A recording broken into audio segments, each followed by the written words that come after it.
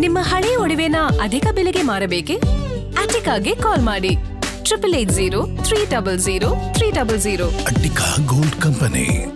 ಬಿಡದಿ ರೆಸಾರ್ಟ್ನಿಂದ ವಿಧಾನಸೌಧದ ಕಡೆಗೆ ಕಾಂಗ್ರೆಸ್ ಶಾಸಕರೆಲ್ಲ ಹೊರಟಿದ್ದಾರೆ. ಕಾಂಗ್ರೆಸ್ ಶಾಸಕರನ್ನ ಪ್ರತ್ಯೇಕವಾಗಿ ಬಸ್ ಹತ್ತಿಸುತ್ತಿದ್ದಾರಂತೆ ನಾಯಕರು. ಕೆಲವೇ ಕ್ಷಣಗಳಲ್ಲಿ ವಿಧಾನಸೌಧದ ಕಡೆಗೆ ಶಾಸಕರ ಬಸ್ಗಳು ಬಂದು ತಲುಪುತ್ತೆ. ಒಂದೊಂದು ಬಸ್ನಲ್ಲಿ 28, 29 ಶಾಸಕರು ವಿಧಾನಸೌಧದ ಕಡೆಗೆ ಮುಖ ಮಾಡ್ತಿದ್ದಾರೆ. ಶಾಸಕರನ್ನ ಖುದ್ದಾಗಿ ಬಸ್ಗಳಿಗೆ ಹತ್ತಿಸುತ್ತಿದ್ದಾರಂತೆ ರಾಜ್ಯ ಕಾಂಗ್ರೆಸ್ ಉಸ್ತುವಾರಿ. ಶಾಸಕರನ್ನ ಖುದ್ದಾಗಿ ಮಾನಿಟರ್ ಮಾಡ್ತಿದ್ದಾರೆ ಸುರ್ಜೇವಾಲಾ ಅವರು. ತಾವೇ ಅಲ್ಲೇ ನಿಂತು 15 ನಿಮಿಷಕ್ಕೊಮ್ಮೆ ಅಂತರದಲ್ಲಿ ಶಾಸಕರ ಬಸ್ಗಳು ಹೊರಡುತ್ತೆ ಅನ್ನೋದ್ರ ಬಗ್ಗೆ ಡೀಟೇಲ್ಸ್ ಸಿಗ್ತಾ ಇದೆ. ಬಿಡದಿ ರೆಸಾರ್ಟ್ನಿಂದ ವಿಧಾನಸೌಧದ ಕಡೆಗೆ ಕೈ ಶಾಸಕರು ಪ್ರತ್ಯೇಕ ಬಸ್ಗಳ ಮೂಲಕ 5 ಜನ ಅಭ್ಯರ್ಥಿಗಳು. ಮೊದಲ ಅಭ್ಯರ್ಥಿಗೆ ಓಟ್ ಹಾಕುವಂತಹ ಶಾಸಕರು ಮೊದಲ ಬಸ್ ಅಲ್ಲಿ ಪ್ರಯಾಣ ಮಾಡ್ತಾರೆ. ಎರಡನೇ ಅಭ್ಯರ್ಥಿಗೆ ಸೆಕೆಂಡ್ ಪ್ರಿಫರೆನ್ಸ್ ಓಟ್ಗಳು ಯಾರದ್ದೋ ಅದನ್ನ ಎರಡನೇ ಬಸ್ನಲ್ಲಿ ಆ ಶಾಸಕರನ್ನ ಹತ್ತಿಸೋದು. ಮೂರನೇ ಬಸ್ ಅಲ್ಲಿ 28 ಜನ ಶಾಸಕರು, ನಾಲ್ಕನೇ ಬಸ್ ಅಲ್ಲಿ 28 ಜನ ಶಾಸಕರು. ಉಳಿದಂತಹ ಶಾಸಕರೆಲ್ಲ 5ನೇ ಬಸ್ ಮೂಲಕ ವಿಧಾನಸೌಧದ ಕಡೆಗೆ ಮುಖ ಮಾಡ್ತಿದ್ದಾರೆ. ವಿಷಯ ನೋಡ್ತಾ ಇದ್ದೀರಲ್ಲ, ಸುರ್ಜೇವಾಲಾ ಅವರು ಬಸ್ಗಳ ಹತ್ತಿರದಲ್ಲೇ ನಿಂತು ಪ್ರತಿಯೊಬ್ಬ ಶಾಸಕರನ್ನ ಕೂಡ ಮಾನಿಟರ್ ಮಾಡಿ, ಈ ಮಕ್ಕಳನ್ನ ಸ್ಕೂಲಿಗೆ ಕರ್ಕೊಂಡು ಬರ್ತಾರಲ್ಲ, ಯಾರು ಮಿಸ್ ಆಗಂಗಿಲ್ಲ, ಆ ಕಡೆ ಈ ಕಡೆ ಹೋಗಂಗಿಲ್ಲ ಅನ್ನೋ ರೀತಿಯಲ್ಲಿ ತಮ್ಮ ಶಾಸಕರನ್ನ ಒಬ್ಬೊಬ್ಬರನ್ನೇ ಬಸ್ ಹತ್ತಿಸ್ಬಿಟ್ಟು ಆ ಬಸ್ ಮೂಲಕ ವಿಧಾನಸೌಧದ ಕಡೆಗೆ ಕರೆತರುವ ಪ್ರಯತ್ನಗಳು ಕಾಂಗ್ರೆಸ್ ನಾಯಕರಿಂದ ಆಗ್ತಾ ಇದೆ. ಸ್ವತಃ ಸುರ್ಜೇವಾಲಾ ಅವರೇ ಸ್ಥಳದಲ್ಲಿ ಬಿಡೋ ಮೂಲಕ ಎಲ್ಲವನ್ನ ಕೂಡ ಮಾನಿಟರ್ ಮಾಡ್ತಿದ್ದಾರೆ ಅನ್ನೋದ್ರ ಬಗ್ಗೆ ಡೀಟೇಲ್ ಸಿಗ್ತಾ ಇದೆ. 2 ದಿನ ಅಣುಕು ಪ್ರದರ್ಶನ ಆಗಿ ಹೋಗಿದೆ ವೋಟಿಂಗ್ ವಿಚಾರಕ್ಕೆ ಸಂಬಂಧಪಟ್ಟಂತೆ. ಕಾರಣ, ಮೊದಲ ಬಾರಿ ಗೆದ್ದಂತಹ ಶಾಸಕರು ಜಾಸ್ತಿ ಜನ ಇದ್ದಾರೆ. ಮೊದಲ ಬಾರಿ ಪರಿಷತ್ ಚುನಾವಣೆಯಲ್ಲಿ ಓಟ್ ಮಾಡ್ತಾ ಇರುವಂತಹ ಶಾಸಕರು ಯಾವುದು ಕೂಡ ಇನ್ವಾಲಿಡ್ ಆಗಬಾರದು ಅಂತ. ಸೊ ಬೆಳಗ್ಗೆಯಿಂದ ಹೇಳ್ತಾ ಇದ್ವಲ್ಲ, ಇನ್ವಾಲಿಡ್ ಆಗಿರುವಂತಹ ಓಟ್ಗಳು ಕೂಡ ಒಬ್ಬ ಅಭ್ಯರ್ಥಿಯ ಸೋಲಿಗೆ ಕಾರಣ ಆಗ್ಬಿಡಬಹುದು ಅನ್ನೋ ಕಾರಣಕ್ಕೂ ಕೂಡ ಆತಂಕ ಇದ್ದೇ ಇರುತ್ತೆ. ಬಹುತೇಕ ಸಲ ಆಗಿದ್ದು ಕೂಡ ಉದಾಹರಣೆಗಳಿದೆ. ಹಂಗಾಗಬಾರದು ಅನ್ನೋ ಕಾರಣಕ್ಕೆ ಶಾಸಕರೆಲ್ಲ ಟ್ರೈನಿಂಗ್ ಕೊಟ್ಟಿದ್ದಾರೆ. ಸರಿಸುಮಾರು 30ಕ್ಕೂ ಹೆಚ್ಚು ಜನ ಶಾಸಕರು ಮೊದಲ ಬಾರಿ ಗೆದ್ದಂತಹ ಶಾಸಕರೆಲ್ಲ ಇದ್ದಾರೆ.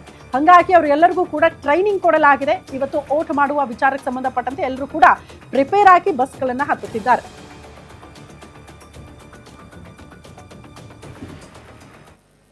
ಈ ಬಗ್ಗೆ ಮತ್ತಷ್ಟು ಡೀಟೇಲ್ಸ್ ಅನ್ನ ಕೊಡ್ತಾ ಹೋಗ್ತಾರೆ ಸ್ಪೆಷಲ್ ಕರೆಸ್ಪಾಂಡೆಂಟ್ ವೀರೇಶ್ ದಾನಿ. ಸ್ಪಾಟ್ ಇಂದಲೇ ನೇರ ಸಂಪರ್ಕದಲ್ಲಿ ಜಾಯಿನ್ ಆಗ್ತಿದ್ದಾರೆ. ವೀರೇಶ್, ನೀವು ಕೂಡ ಬಿಡದಿ ರೆಸಾರ್ಟ್ ಮುಂಭಾಗದಲ್ಲೇ ಬೀಡು ಬಿಟ್ಟಿದ್ದೀರಿ. ಶಾಸಕರು ಬರ್ತಾರಾ, ಹೆಂಗ್ ಪ್ಲಾನಿಂಗ್ ಆಗ್ತಾ ಇದೆ, ಹೆಂಗ್ ಅದು ವರ್ಕೌಟ್ ಆಗ್ತಾ ಇದೆ ಅನ್ನೋದ್ರ ಬಗ್ಗೆ ಪ್ರಮುಖವಾಗಿ ಏನೆಲ್ಲ ಬೆಳವಣಿಗೆಗಳು ನೋಡೋದಕ್ಕೆ ಸಿಗ್ತಾ ಇದೆ ಅಲ್ಲಿ ಅಂತ?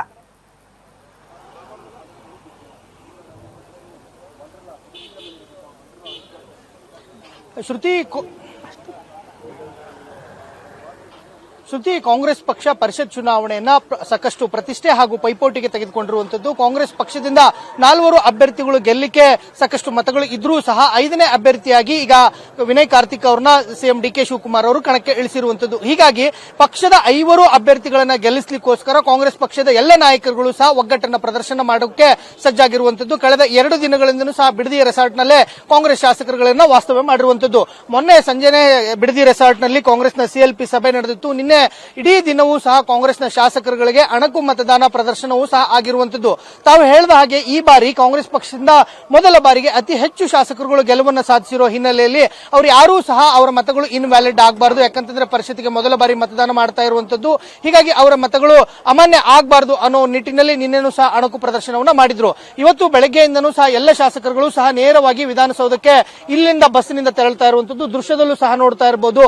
5 ಬಸ್ಗಳನ್ನ ತಂದಿರುವಂತದ್ದು. ಬಸ್ಗಳಿಗೂ ಸಹ ನಂಬರ್ ಹಾಕಿರುವಂತದ್ದು 1, 2, 3 ಈ ರೀತಿಯಾಗಿ 5 ಬಸ್ಗಳನ್ನ ಇಲ್ಲಿ ಮಾಡಿರುವಂತದ್ದು.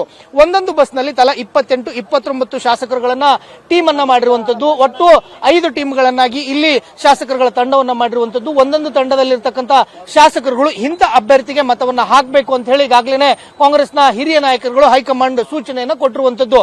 ಯಾವುದೇ ಕಾರಣಕ್ಕೂ ಸಹ ಪಕ್ಷದ ಅಭ್ಯರ್ಥಿಗಳು ಸೋಲ್ಬಾರದು, ಯಾರಿಗೂ ಸಹ ಮತಗಳು ಅಮಾನ್ಯ ಆಗಬಾರದು ಮತ್ತು ಇನ್ವ್ಯಾಲಿಡ್ ಆಗಬಾರದು ಮತ್ತು ಅಡ್ಡ ಮತದಾನ ಆಗದಂತೆ ರಾಜ್ಯ ಕಾಂಗ್ರೆಸ್ ಉಸ್ತುವಾರಿಯಾಗಿರ್ತಕ್ಕಂಥ ರಣದೀಪ್ ಸಿಂಗ್ ಸುರ್ಜೇವಾಲಾ ಅವರೇ ಖುದ್ದಾಗಿ ನಿಂತುಕೊಂಡು ಮಾನಿಟರ್ ಅನ್ನ ಮಾಡ್ತಾ ಇರುವಂತದ್ದು.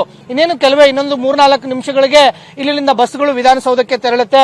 1ನೇ ಬಸ್ಸು ಮತ್ತು 2ನೇ ಬಸ್ಸುಗೆ ಮೊದಲ ಹಂತದಲ್ಲಿ ಹೋಗ್ಲಿಕ್ಕೆ ಎಲ್ಲ ರೀತಿಯಾದಂತಹ ಸಿದ್ಧತೆಗಳನ್ನು ಸಹ ಮಾಡಿಕೊಂಡಿರುವಂತದ್ದು. ಈಗಾಗಲೇ ಎಲ್ಲ ಶಾಸಕರುಗಳನ್ನು ಸಹ ಬಸ್ಸಿಗೂ ಸಹ ಹತ್ತಿಸಿರುವಂತದ್ದು. ಎಲ್ಲ ಶಾಸಕರುಗಳು ಇಲ್ಲಿಂದ ನೇರವಾಗಿ ವಿಧಾನಸೌಧಕ್ಕೆ ಹೋಗಿ ಮೊದಲಿಗೆ ಅವರಿಗೆ ಗುರುತು ಮಾಡಿರ್ತಕ್ಕಂಥ ತಿಳಿಸಿರ್ತಕ್ಕಂಥ ಅಭ್ಯರ್ಥಿಗೆ ಅವರ ಮತವನ್ನ ಹಾಕ್ತಾರೆ. ಆ ಹಿನ್ನೆಲೆಯಲ್ಲಿ ಕಾಂಗ್ರೆಸ್ನ ಶಾಸಕರುಗಳಿಗೆ ಈಗಾಗಲೇ ಎಲ್ಲ ರೀತಿಯಾದಂತಹ ಸೂಚನೆಯನ್ನು ಸಹ ಕೊಟ್ಟಿರುವಂತದ್ದು. ಯಾವುದೇ ಕಾರಣಕ್ಕೂ ಸಹ ಮತಗಳು ಅಮಾನ್ಯ ಆಗಬಾರದು ಅನ್ನೋ ನಿಟ್ಟಿನಲ್ಲೇನೆ ಕಟ್ಟುನಿಟ್ಟಿನ ಸೂಚನೆಯನ್ನು ಕೊಟ್ಟು ನಿನ್ನೆನೂ ಸಹ ಅವರಿಗೆ ತರಬೇತಿಯನ್ನು ಕೊಟ್ಟಿರುವಂತದ್ದು.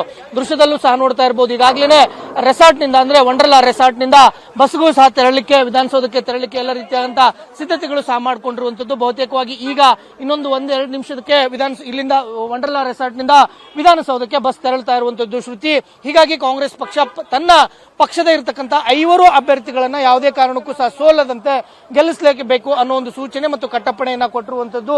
ಆ ನಿಟ್ಟಿನಲ್ಲಿ ಕಾಂಗ್ರೆಸ್ ಪಕ್ಷ ಇವತ್ತು ಎಲ್ಲ ಶಾಸಕರುಗಳನ್ನ ಒಂದ್ ಕಡೆ ಮಾನಿಟರಿಂಗ್ ಮಾಡೋದ್ರ ಜೊತೆಗೂ ಸಹ ಒಗ್ಗಟ್ಟನ್ನ ಪ್ರದರ್ಶನ ಮಾಡ್ತಾ ಇರೋದು ಇಲ್ಲಿ ಸ್ಪಷ್ಟವಾಗಿ ಗೊತ್ತಾಗ್ತಾ ಇರುವಂತದ್ದು ಶ್ರುತಿ.